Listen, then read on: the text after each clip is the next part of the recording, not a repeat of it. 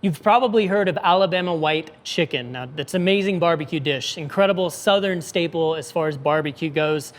Chicken typically cooked over charcoal or even smoked, and then covered in this tangy white barbecue sauce. Well, today we're gonna take all of those concepts and apply them to pork baby back ribs.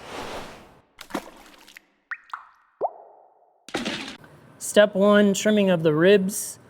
This one, the parchment on the back is already taken off, so I don't need to worry about that. So I'm gonna do some kind of minor trimming. Little baby skirt's gonna come off, otherwise it's just gonna burn up.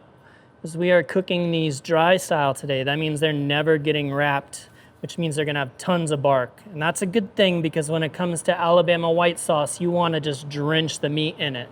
So we're gonna create a really beautiful bark and then soften it up a little bit with that Alabama white sauce.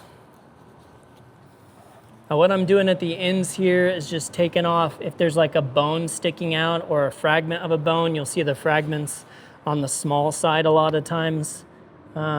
See, we've got this bone that's kind of poking out. Now I especially would get rid of that if I was wrapping it because I know it's probably gonna poke through if I'm using foil. But if it doesn't, if it has a ton of meat on top of it, I'm probably gonna leave it there just because I don't care that much.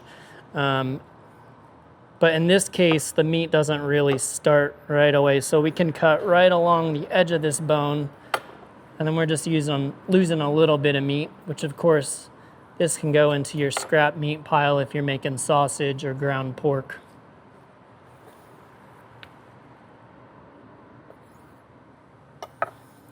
Not a lot of trimming to do on these baby backs. They are looking pretty good already, so let's move right on to seasoning. Very simple flavor profile on these ribs. Gonna be kind of a savory rib.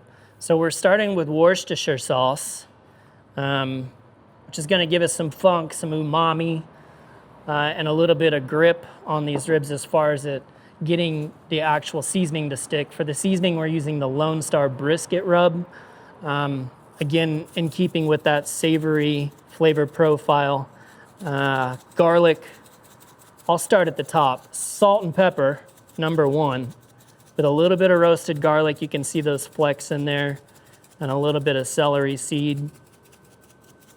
And then the Alabama white barbecue sauce, also kind of a savory barbecue sauce. So these ribs are right up my alley. I like a nice savory rib. Hit that bone side first, then we hit the sides. We're using this nice chunky, thick textured rub, which is gonna give us a nice chunky, crunchy bark on here. And make sure that's all attached before I flip it and lose any of it. And then we're gonna do the same thing on the meat side. Once again, we got Worcestershire, the W sauce. This W sauce is like Worcestershire on steroids. It's like super flavor packed. Now, thanks to these smoking dry, we're gonna get this beautiful crusty bark on the outside. You're not gonna notice the red as much because there's not any paprika involved in this process or chili powder. You're gonna get lots of black pepper bite, but that's it on any spice. And you're really gonna see how this color changes over the next like 4 hours or so on the smoker, because that's right where we're at with the racks that are on right now. These two racks of ribs, like I said, they've been on for about 4 hours on the Yoder Smokers YS640S pellet grill, creating this beautiful bark. Check this out down here.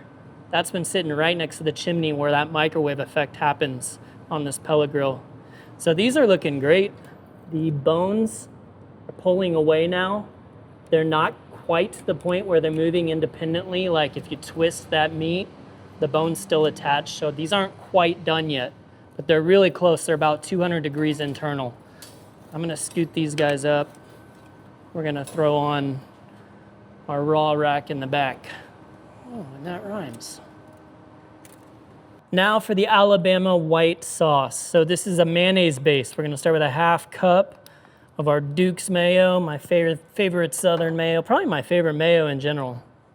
I don't know.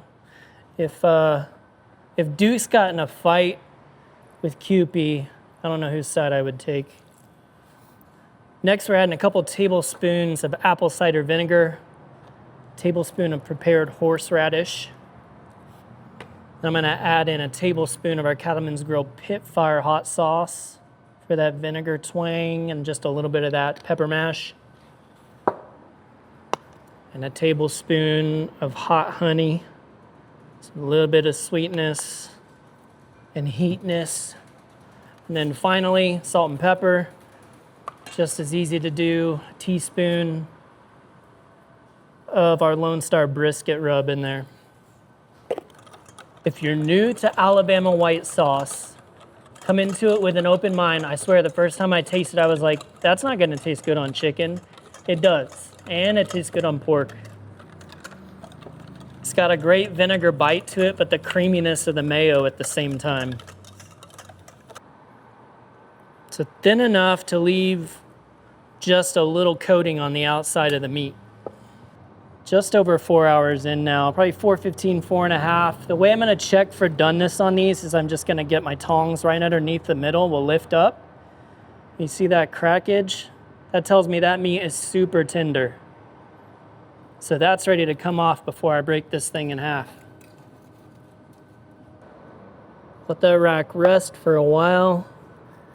Gonna go right in between the bones. Let's slice these up and see how it looks. These are still nice and warm, so they're gonna get the full dunk in that white sauce. Now for the taste test. Oh, perfect bite. Man, smoke is first. I love that. Now this is Duroc pork from Creekstone Farm, so it's especially good pork anyway.